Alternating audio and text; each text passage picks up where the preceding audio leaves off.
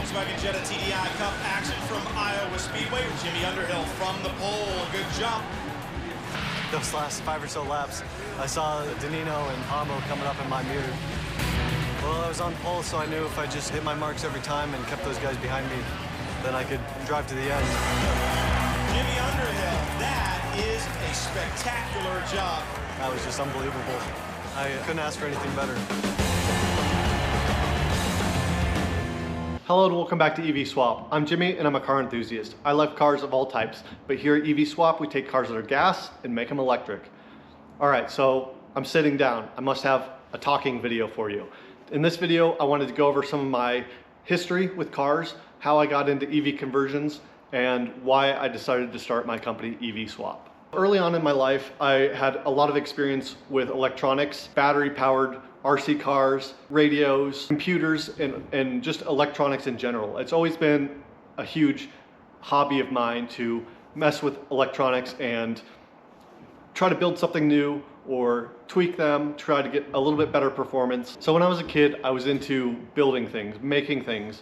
I built models, I built Legos and erector sets. I was really interested in just assembling something into a mechanical functioning object. And I really got into RC cars. I was a huge RC car fan. I've had probably 50 or 100 RC cars in my life. They were just so much fun as a kid because you can imagine yourself inside the car, driving it around, jumping it, racing up and down the street. And I loved being able to modify them. So changing the gear ratio, changing the batteries, trying to get a little bit more performance or better handling or doing these little things, small changes that you can make that would make a big difference in how the thing would drive and the experience. So that's kind of my foundation for how I got into cars later in life. So even in my young teenage years, 14, 15, I wasn't really into cars. They just didn't do it for me. My thought process was, well, the speed limit is, 65 or 75 miles an hour. Why do you need a car that can go 150, 200 miles an hour? It makes no sense. You're only gonna get a speeding ticket, and it just didn't click with me. That is until I was 15 and one of my friends got his driver's license and he took me for a ride in his parents' Saab. It was I think it was like a late 90s Saab 9.3 with a turbo. And as soon as, like literally the first time that he put his foot down and that turbo spooled up and I was pushed back into my seat, it just clicked for me. I was like, oh, this is what cars are about. It's about the feel, the handling, the acceleration, even within the limits of the speed limit. Later on, I got into autocross and being able to really run your car at the limit in a safe, legal environment, and it just cemented my love for cars. I brought over all of my passion from the RC cars, being able to do small changes to make a big difference in how the vehicle responds. And my first vehicle was a 1990 Audi Coupe Quattro. It's a really cool car. I want to make an EV one of these days, but it's a very rare car. They only imported about 1,800 of them to the US. So it was a two-door Audi, and mine was bright red, fire truck red, and I got tons of speeding tickets. When I was 18, I actually lost my license from speeding tickets. I had a red racing stripe, I called it, on my license, and I was prohibited from driving anywhere except to school and work. So that kind of reeled me back, and I decided that this is not what I wanted to do. I didn't want to be in violation of the law. I wanted to get along, be safe, and ethical. So I still was passionate about cars, and I was lucky enough to be able to race spec Miatas. So I got into SCCA racing, Sports Car Club of America, where I raced spec Miatas, like my Miata back there.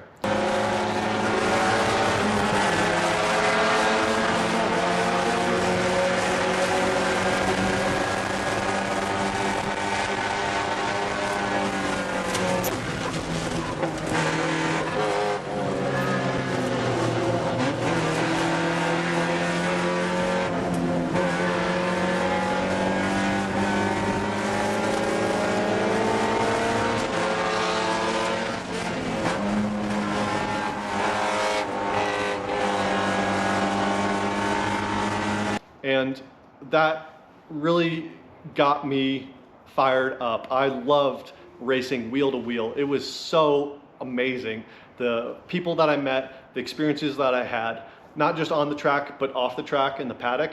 You know, you'd see a car would break and all the other drivers would come and help. They'd give parts, their labor, they'd turn wrenches, and they'd do everything they can so that they would have another competitor on track with them the next day. The whole spirit of amateur racing is just about that, helping each other, having fun, going fast. So I just loved that aspect of cars. Like, car community is just such a great community to be a part of. Everybody's positive, everybody's willing to help out, and everybody has cool ideas of what the next thing is going to be. I got pretty competitive in Spec Miata. I raced for several years and I was able to win the SCCA Rocky Mountain Regional Championship in Spec Miata.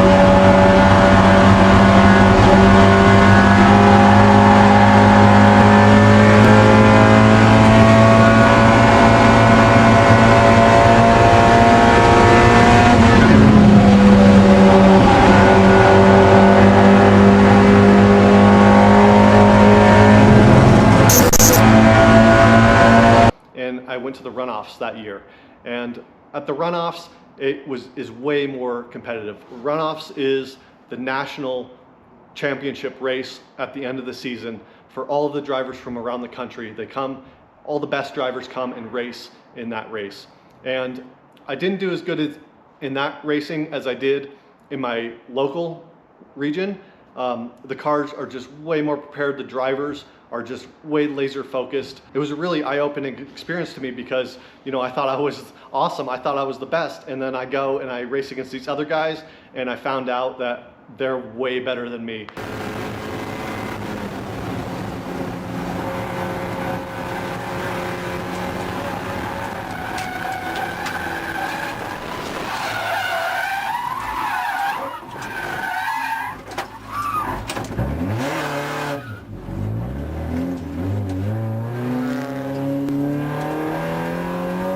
So just fueled that drive inside me to become better. So I really focused on my smoothness with my inputs, trying to nail the perfect line every single time, really being consistent on track. And that has really helped me in my whole life since then. Not just when I'm driving, but everything I do, I try to have that same mindset that I got while racing, to really try to get every little benefit that I can, leave nothing on the table, have something at the end of the day that I can be proud of and share with other people. So after I raced Spec Miata, I got the chance to race for Volkswagen in the Jetta TDI series. Complete bullshit. You guys driving like idiots. If this happens one more time, if we have one more race like this, I'll pull the plug on the series.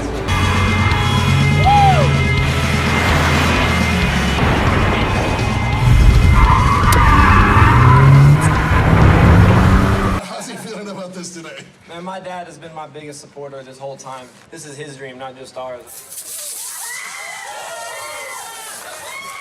I think I have the potential to be the absolute best. Volkswagen Jetta TDI Cup action from Iowa Speedway with Jimmy Underhill from the pole. Good jump. Those last 5 or so laps, I saw Danino and Amo coming up in my mirror. Well, I was on pole, so I knew if I just hit my marks every time and kept those guys behind me, then I could drive to the end. Jimmy Underhill, that is a spectacular job. That was just unbelievable. I couldn't ask for anything better.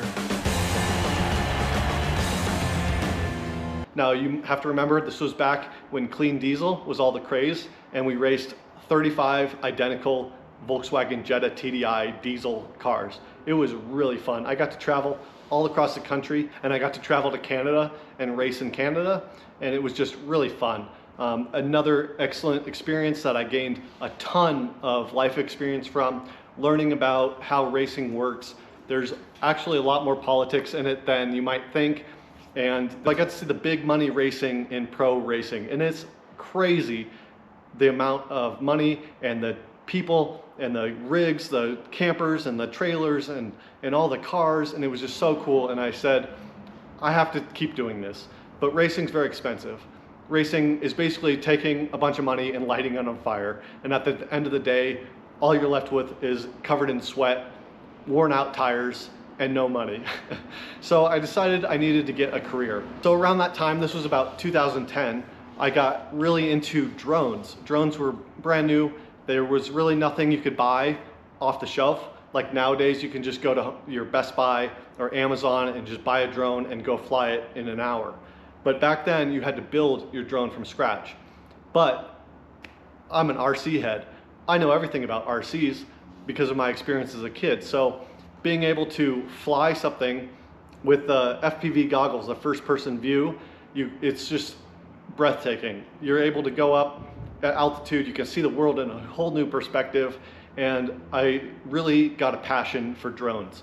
I started working at a couple companies here in Colorado, building drones, test flying them, tuning them, tweaking them, and shipping them off to customers all around the world. I worked at a Boulder-based startup company, Agribotics, where we focused on agriculture. And the drones we used were just some off-the-shelf drones by then, but we had a full custom autopilot that we installed and all the electronics to go with it. And these drones, you literally would push a button and the drone would take off and it would go and it would fly what we called a lawnmower pattern over a field, a farm. And in Colorado, there's tons of agriculture, as well as all the Midwest, of course. And so I was able to go visit all these new places that I hadn't been before, and I really got a passion for agriculture, everything that goes into it. I used to think that farmers were just yokels, plowing fields, spreading seeds, and chewing on wheat stems, but it's not. Farming is incredibly high tech. The tractors have GPS, they drive themselves. There's so much analytics that goes into a farm by monitoring the soil, all the minerals in the soil, getting the watering schedule right. I learned so much about agriculture. It really expanded my whole vision of the world, is how agriculture works. And it was really cool to be able to use the drones, put them up in the air, and 30 minutes later have an orthomosaic map that we could show the farmer, and they could get a bird's eye perspective of their farm. And it was really great to interact with those farmers. They were kind of skeptical at first about how drones could help them on the farm, but literally on that first flight, they got it, and they knew that drones were here to stay and they're going to be a huge tool. So I worked in the drone industry for about 12 years, and during that time I built probably thousands of drones with my own hands, screwing in little screws, gluing foam wings, fixing them when they crash, because drones crash, that's what they do, and just learning, okay, if this caused this crash, what can we do in the future to stop that from happening again? Where are the weak links that we can fix to make it more reliable, safer, and better overall? I was able to travel all over, not just the United States, but I traveled to Mexico, I traveled to Indonesia, and I traveled to Canada to fly drones and share this technology with farmers. And it was just so much fun. I loved being out there with the farmers, driving around in pickup trucks, listening to country music, and flying drones.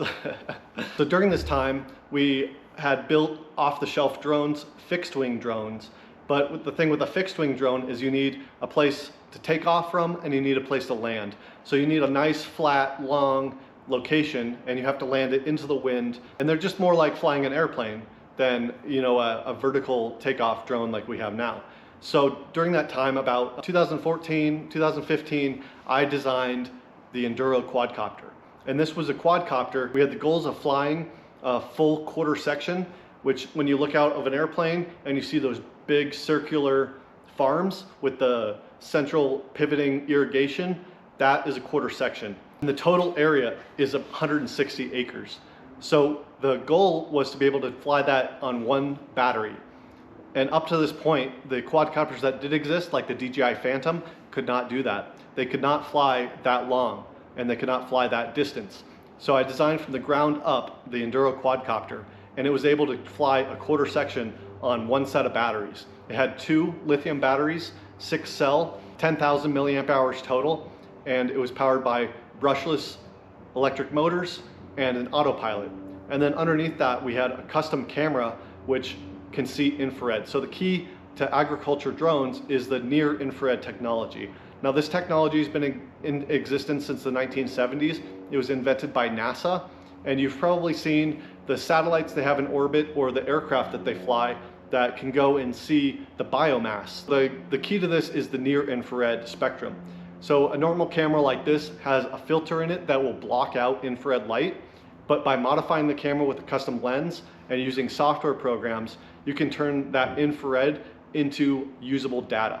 And by measuring how much is reflected compared to the crops around it, you can tell if this crop is healthier or less healthy than the crops around it. And it's really great because you can have a scaling spectrum of healthy to unhealthy plants, which means that you can take this geolocated map that we get with the drone with GPS coordinates, and you can pinpoint areas in the farm that are less healthy or more healthy than the other parts. You can actually tell the tractor that when you're in this location, spray more fertilizer, when you're in this location, spray less fertilizer. So that really helps the farmers save on their costs and save all the chemicals that's going onto the plants and end up with a healthier ecosystem, healthier soil, and more yield from the crops. So this technology is now everywhere in farming. So that's what I did for about 14 years. It was just a really great experience. Learned all sorts of stuff, and I was able to apply all the things I learned in racing to drones, because just like a race car, a drone has all sorts of variables associated with it. And if you can tweak some of those variables, you can get better performance, longer flight times, more carrying capacity, and more reliability. So I was able to apply all of that stuff that I learned in racing directly to drones. And then of course, I love to build things. I love to work with my hands and build something from scratch that you can send off and fly and send it around the world and do all sorts of cool stuff. So then in 2016, I bought a Nissan Leaf. It was a 2013 Leaf. It was in excellent condition, and I drove that car for over a year. It was a really great car. I love Nissan Leafs, and it comes back to me purchasing that first EV. So back in 2016, all of the Leafs that they had been leasing for the past 3 years, they all started to come on the market at the same time. So I was able to get a Leaf for very cheap. It was only $10,000, and it was a practically new car. And I drove that thing all over the place. I loved it. I owned it for about a year, and I put 40,000 miles on it in that year. I drove it back and forth to work and all over town. Anywhere I could drive the Leaf, I did. I charged it at home or used the public chargers. They could see if there was damage or not, and then they could allocate the resources that were needed. So this is a huge business now as well, drone inspections. And they do it now for everything from power lines to roofs to construction sites and anything in between. Anything you can think of that you would benefit from an aerial photograph, it's being done with drones right now. So during that time, I would drive my electric powered car, and I would charge my drone off the cigarette lighter in the Leaf, and then I'd go and fly and then drive back in my electric car. And it was just so cool. It was a really fun experience. I really love the Leaf. I love the practicality and the performance and the ability to just drive, like I said, 40,000 miles with no oil changes, with no maintenance. All I did was put tires on the car and keep driving. So that kind of lit the spark in my brain about, well, I love cars, I love EVs. I can't really afford a new EV like a Tesla or some of the modern ones that are on the road now because the prices are just really high. So I started to read on the internet that people were doing EV conversions. Now, people have been doing EV conversions since the car was invented, pretty much. In Colorado, there's a club called the Denver Electric Vehicle Council that was formed in the 1970s. I joined the Denver Electric Vehicle Council and started to meet other like-minded EV enthusiasts and other people who were into EV conversions. And that really got my brain thinking about not only could I have an EV, but I could have an EV of a really cool classic car. Any car that I wanted, I could make EV. And I love tinkering and tweaking with cars. It just meshed for me, and I said I need to do EV conversions. So I was still working at my drone job. I was doing freelance drone work, and I decided to build my first Land Cruiser, which you've probably seen all over the channel. And I started building that in 2021, right in the heat of the pandemic. So I was working from home, the offices were closed, I was still traveling doing drone stuff, but when I wasn't traveling or working on the computer, answering emails, doing things like that, I was working on my EV Land Cruiser. Now, around the end of the pandemic, I was unfortunately laid off from my drone job due to factors outside my control, and I really decided to dive in head first with EV conversions. So I decided to start EV Swap, where I would focus on doing EV conversions for customers. So I decided I need to finish my Land Cruiser and I need to take it on a tour to show it off and test it, because I don't want to be building cars for other people that I don't know are safe and reliable. So my goals with the Land Cruiser was to really test it out, test the theory. And by using a 4x4 like that, you really can't get more stressful of a testing scenario than driving up rock faces, going down rock faces, bouncing over off-road obstacles, and really thrashing the truck off-road, because there's not much in this world that's tougher on a vehicle than rocks. So here in the Rocky Mountains, we've got access to some amazing off-road trails, and you can go to places that you can't take a normal car. You can see amazing views. I love to camp. I've been camping since I was a kid, and it just worked out perfect. So after the Land Cruiser's success and everything was working, I decided to really push my company forward, and I started to do EV conversions. I helped other people, like-minded people, with EV conversions. I started this YouTube channel to work on EV conversions. I loved working on the EVs because they're clean, there's no oil, all the fluids that go with a regular car, you don't have to deal with them, they don't smell, they don't stink up the shop, and they're just really simple to work on. As I was working on those projects, I really started to work on my YouTube channel and start to build a network of other people like me. I always try to recycle, reuse, repurpose things that may be somebody else's trash, but it's gold for me. Even back in my RC days, I would take things out of the trash can from other people who they didn't think was useful, and I'd be able to repair them and bring them out and drive my RC cars. So the whole recycling of a factory EV that has been in a wreck into a new vehicle that you can drive every day really resonates with me. I really like being able to do more with less. With EV Swap, that's my goal. Help people get on the road with clean electric vehicles that are reliable and they can drive every day. And something unique, something cool that you don't see every day, especially converted to electric. Also this year, I got my first EV racing experience. Yes, I'm back in a race car. I got to join Team Arc Blast with their amazing electric converted Datsun pickup truck with amazing battery swap setup where you can pull the battery out after the car's been driving and put a freshly charged battery in it and hit it by the track again. And I got to race at High Plains Raceway where we placed 4th out of over 35 cars. We did really good. We were the only EV and we placed 4th in our class. It was so cool. It really opened my eyes to electric cars on the racetrack because there's a lot of advantages over a gas-powered car. For one, you don't have to shift. With a Miata or other race cars, you're constantly shifting through the gears as you go up and down and through the corners. And with an EV, you don't have that shifting. You can just go, and the car is always ready, the power is always there, you just go. Also, another benefit is there's not as much noise. With a race car, a gas-powered race car, there's no exhaust. They're extremely loud. So all you can hear in the car is the exhaust, and it's just booming in your ears. But with the EV, it's quiet, and you can hear things that you can't otherwise hear, like for instance the tires. You can, when you start going into the corner, you can hear the tires sing to you before they lose grip, and you know where the grip is, and you know, okay, this is the fastest I can go through this corner, or maybe I can go faster because the tires aren't making any noise. So that's another benefit. So I think there's a lot of potential for EVs in racing, and I'm so stoked to get into racing more with EVs. That's something that I'm really passionate about. The fire has been lit in me again for racing, and racing EVs I think is just, it's going to be really soon. I think it's going to take off, and people are going to have all sorts of EV race cars battling it out on the track against gas-powered cars and winning. That has already started to happen, and it's just going to take off even more.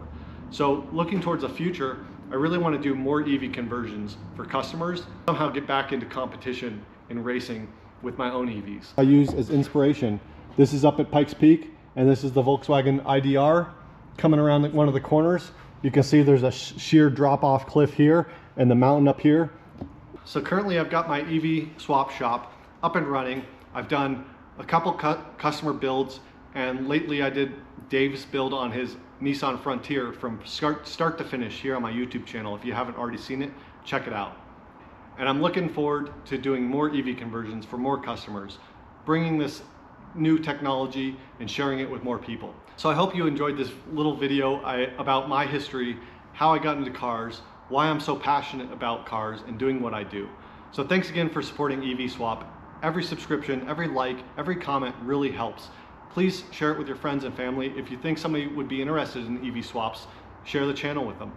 Also, please check out my website, evswapconversions.com/store, where you can buy cool EV Swap t-shirts, cool hats. I really like these hats. You can get stickers.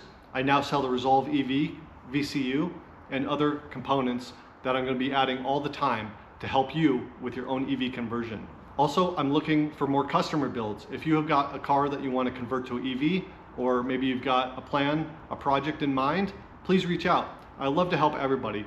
I love to bounce ideas off people and help people with their own conversions as well. So thanks again for watching here at EV Swap. I hope you got something out of this video, and I hope that you have the same passion that I do about cars and EVs in general. Thanks for watching.